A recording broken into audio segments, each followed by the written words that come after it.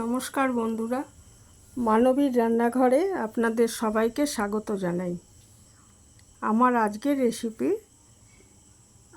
আলু আর পেঁপে দিয়ে চিংড়ির তরকারি বা চিংড়ি মাছ দিয়ে আলু আর পেঁপের তরকারি। তো অত্যন্ত সুস্বাদু এই তরকারিটা ভাত বা রুটি সব কিছু দিয়েই ভালো লাগে, আর খুবই সিম্পল রেসিপি, খুব হেলদিও। তো আসুন দেখে নিই যে এটা কীভাবে করেছি।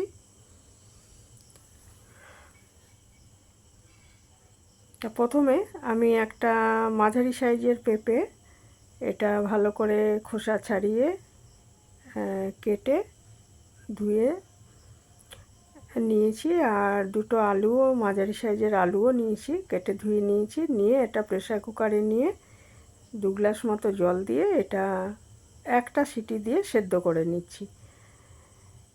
বেশি দেব না সিটি, তাহলে একদম গলে যাবে, ভালো লাগবে না খেতে। তো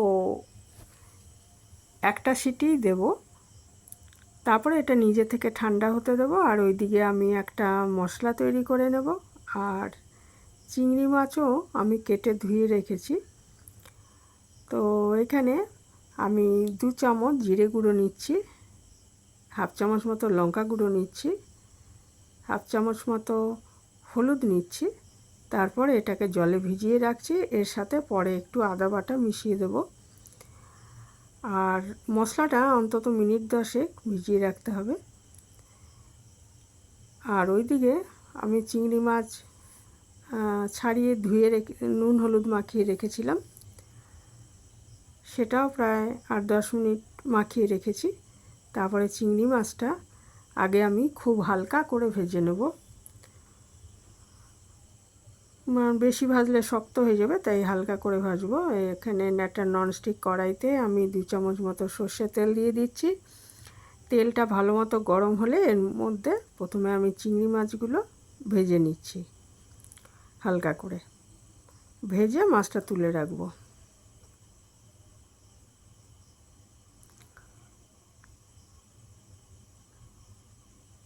তেলটা গরম হয়ে গেছে, এর মধ্যে এবারে আঁচটা মিডিয়াম আঁচে আমি চিংড়ি মাছগুলো ভেজে নিচ্ছি।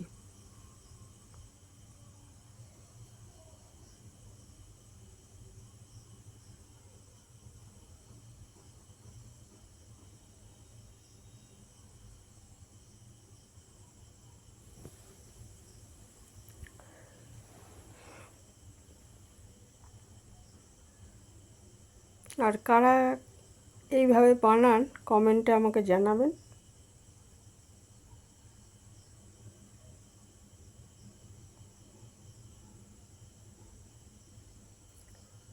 মাছটা ভাজা হয়ে গেছে। এবারে আমি অন্য একটা কড়াইতে আমি একটু সর্ষের তেল দিয়ে এর মধ্যে আমি ফোড়ন হিসাবে দিচ্ছি একটা শুকনো লঙ্কা, একটা তেজপাতা এবং হাফ চামচ মতো সাদা জিরে।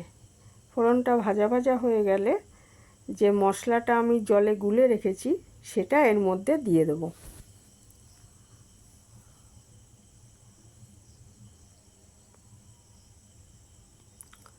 এটা একটু ভাজা গন্ধ ছেড়ে গেলে এর মধ্যে আমি ওই গুলে রাখা মশলাটা দিয়ে দিচ্ছি। হলুদ, লঙ্কা, জিরে আর আদা বাটা। এর মধ্যে একটু ধনে গুঁড়ো দেওয়া যায়, আমি আজকে ধনে গুঁড়োটা দিইনি। আর দিয়ে দিলাম আমি হাফ চামচ মতো নুন, কারণ আমি আলু আর পেঁপেটা সেদ্ধ করার সময় নুন দিইনি, এখন নুনটা দিলাম। আর এটা মশলাটা একটু ভাজা ভাজা হয়ে গেলে এর মধ্যে আমি সেদ্ধ করা আলু আর পেঁপেটা দিয়ে দেবো।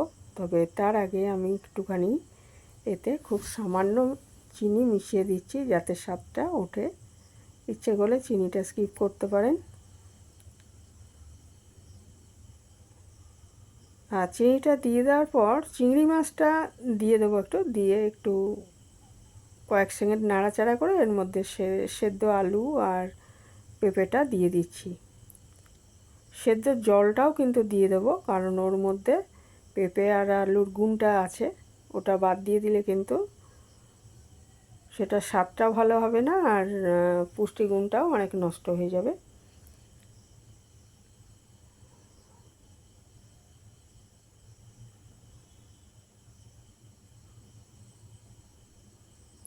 তারপরে এটাকে আমি মিনিট 8 সেদ্ধ করে নিচ্ছি, তা ফুটিয়ে নিচ্ছি। তার কারণটা হচ্ছে যে চিংড়ি মাছটা তো সেদ্ধ হয়নি, চিংড়ি মাছটা তো হালকা করে ভেজে রেখেছি, আর চিংড়ি মাছটাও সেদ্ধ হয়ে যাবে, আর ঝোলের মধ্যে চিংড়ি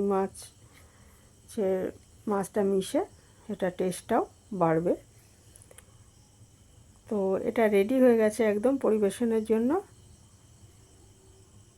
এখানেই শেষ করলাম। এই ছিল আমার আজকের সিম্পল রেসিপি। ভালো থাকবেন সবাই।